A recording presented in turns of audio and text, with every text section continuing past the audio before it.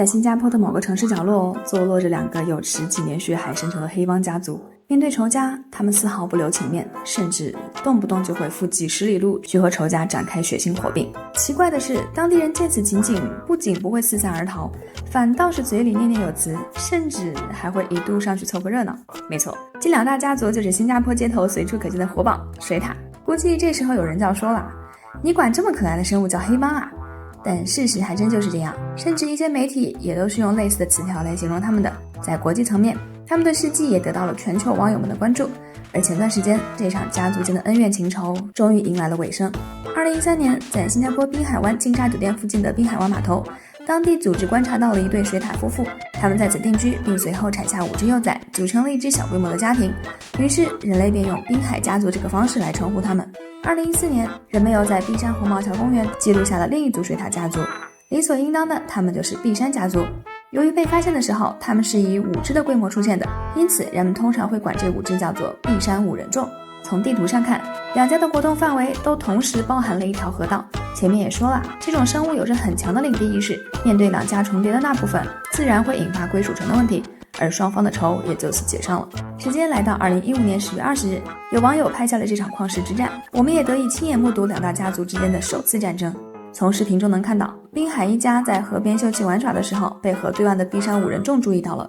起初双方还只是隔岸观火，相互试探，见谁都没有想离开的意图，于是双方便纷纷下场开始的河道团战。虽然只是5为5的小规模团战，但还是能明显看出双方的差距的。滨海家这边只知道一个劲儿的正面作战，打着打着就变成了各自为战。反观碧山家个个都训练有素，假装撤退，实则在打佯攻，每次都是抱团出击，将滨海家分散的成员逐个击破。最终碧山家赶走了滨海家，以绝对的优势取胜。经此一役，碧山家的名号算是彻底打响了，就连维基百科上都有专门的介绍。而战败的滨海家则是被赶出了河道，很长一段时间不见其踪影。时间来到了2016年，滨海家又迎来了5位新成员，由原来的5人众变成了10人众，对滨海家的地盘控制也愈发具备优势。人们经常能在滨海湾附近见到碧山家的成员在此游荡。面对人数上的差异，滨海家不得已只能离开滨海湾，跑去东海岸寻求新的住所。同年5月，滨海家也迎来了新的家庭成员。不幸的是，其中一只刚刚出生的幼崽被遗弃在了出生地，无人照看，差点一命呜呼。好在这可怜的小家伙被新加坡野生保护动物组织发现，在工作人员的帮助下，这才度过险境的。1个星期之后，见小家伙没有大碍，工作人员便将它归还给了滨海家。接下来的3个月，他们依旧只能在东海岸猥琐发育。等到3个月后的8月，人们在滨海湾附近的某个公园再次见到了滨海家的身影，貌似是想报仇雪恨，夺回滨海湾。然而还没等他们驻足，就被碧山家的众水獭发现并加以驱逐。可悲的是，这次冲突使滨海家丧失了1位家庭成员，再度惨败收场。而命运的悲惨还不止于此。2017年，滨海家的教父疑似是误食了老鼠药不幸去世，官方给出的信息是享年7岁，家族的重担全都落在了滨海家家母的身上。这么重磅的消息自然也是传到了碧山家的耳中。正所谓趁你病要你命，碧山家打算利用这个绝佳的机会，让滨海家彻底消失在历史的长河当中。一个家母要带着10几号孩子与人员全部健在的碧山家抗衡，怎么想这都是毫无悬念的碾压局。可能是身为高等文明的人类有点看不下去了，违背自然规律介入了这场战争，最终赶跑了碧山家，滨海家也得以幸终。而除了关乎家族存亡的这样的大事件2017年还发生了另一起颇具奇幻色彩的大事件。这一年，碧山家诞生了一只母水獭。按照正常的剧本走，他本该接手家族生意，成为新一代的话事人，而这条世界线却因为某个流浪汉给扰乱了。这只母水獭背弃了家族信念，和流浪汉私奔，并且组建了新的家庭。虽然没有实质上的证据但当地人都认为那个流浪汉是之前滨海家族走失的那只公水獭。在各种人为创造的艺术加工下，人们将这段恋情描绘成了塔米欧与塔利叶。因为这2个水獭最初的居住地都是著名夜店走的旧址，因此这个全新的家族就被人们叫做祖克家。那位原本属于碧山家的女儿也因此得名祖克毛。这个家族在人类世界中有着相当高的人气，许多游客都是慕名而来前来投喂，这就导致祖克家最不缺的就是粮食。一些落单的水獭为了能保证吃喝不愁，都纷纷归于祖克门下，家族也在一点点的扩大。这边事儿先放一放还是继续2大传统家族的故事。2018年，碧山家名声大噪的教父与世长辞同样享年7岁。滨海家觉得是时候报仇了，于是也想趁人之危对碧山家发起进攻。但是打了一生败仗的滨海家仍然是没学到任何教训，第三次帮派火并依旧以失败告终。头再铁的人也有撞南墙回头的时候啊！在接下来的2年，人类几乎没再看到他们火并的场景，直到2002年3月29日，2年的寂静终于在布拉德尔河被打破了。这是人类记载的第4次水塔战争，既是双方出兵最多的一次，也是历代火并中规模最大的一场。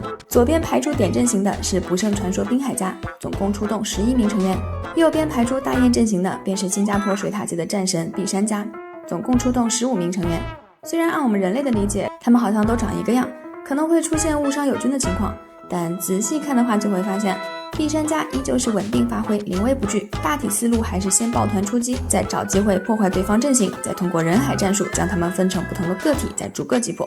说起来可能有些抽象啊，不过只要结合网友手绘的图表来看，一切就一目了然啦。大战过后，滨海家可以说是死伤惨重，瘸的瘸，拐的拐，甚至在最后清点人数的时候，连最初的人数都凑不齐，以至于到了2021年，滨海家总共就只剩下7口人，连路边的一条野狗都打不过，鉴定为真路边一条。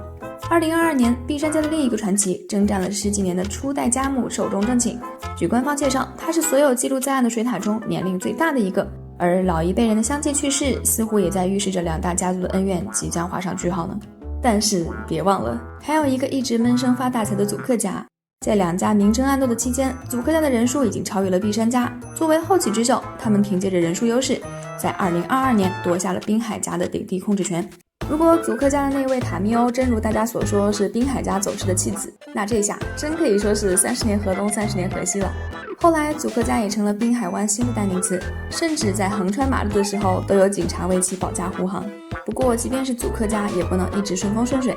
2024年塔密欧被曝神秘失踪，再次拍到的时候已经是6月27日了，身上有多种不同程度的伤，初步猜测可能是遭到了毕山家的暗算，或者是野生动物的攻击。而塔利叶也在隔天，也就是6月28日与世长辞。本就是外来者居多的祖克家，在初代始祖一死一残的情况下，很难说会不会在未来出现内部分裂的情况。不过即便会发生，那也是属于新时代水塔的故事了。至于滨海家，他们最后怎么样了呢？实际上从第4次大战之后，人类就鲜有他们的消息了。不过根据2025年博物杂志3月的期刊上显示，原滨海家水塔已经确认彻底消亡，这也代表着新加坡2大水塔黑帮的战争彻底走向了完结。复盘这11年的战绩，除了那次高等文明的介入，毕山家可谓是真正意义上的未尝败绩。他们有着对领地划分的过度执着，对家庭内部的地位有着明确的规划，即使是在火并也要强调兄弟之间的团队配合。这些行为和意识形态都与现实中的意大利黑帮如出一辙，所以你知道为什么现在很多媒体都会用黑帮来形容水塔们了吧？话说 AI 山海经里的形象是不是有参考这个设定啊？但是不管怎么说啊，璧山水塔依旧是现在新加坡最具代表性的一类水塔，毕竟能把名号打上维基百科的还真找不出别家了。至于祖克家和璧山家未来会不会再度发生矛盾，估计我们还得等下一个10年才能知道了呢。